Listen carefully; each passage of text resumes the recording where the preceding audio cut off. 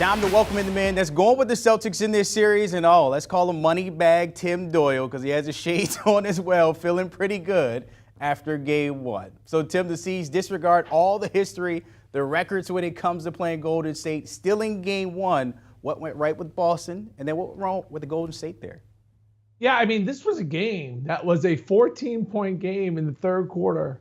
The Warriors were winning.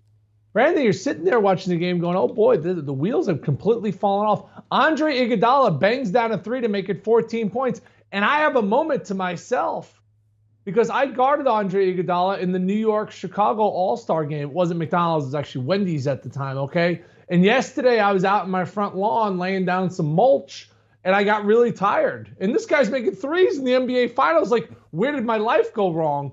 But then Derek White gets fouled, and then the fourth quarter was just an utter blitz from the Celtics. Brandon, they opened up 7 for 7 from three. And the crazy part about all of it wasn't Jason Tatum. Like, we're talking about Jason Tatum as like one of the best offensive players in the NBA, maybe even the best. No, it was Al Horford. And by the way, married to Miss Universe, winning on the court, winning off the court. It was the other guys on the Celtics. And coaches don't want to hear this, but this is the truth. When you go out there and you start making shots and you go 7 of 7 from three and you score 40 points in the fourth quarter, you play harder on defense. Just remember when you were playing peewee basketball, squirt basketball, you're missing. The effort's not the same on the defensive end. It's the same thing with the pros. Once they started making shots, gaining confidence, the wheels fell off. Yes. Took the Celtics before the series. And now if you want to get involved in the series, Boston's minus 180 to win it all. CTD, you were ahead of the game. Now everybody's late to the game.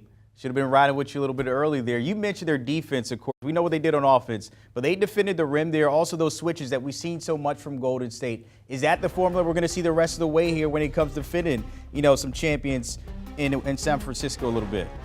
If I'm the Warriors, here's why I'm worried, Brandon. Steph Curry got rolling early. He had 21 points, banged down 6 threes in the first quarter.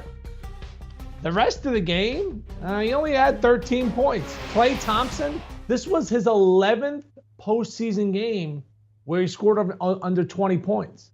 I love Klay Thompson. I root for Klay Thompson.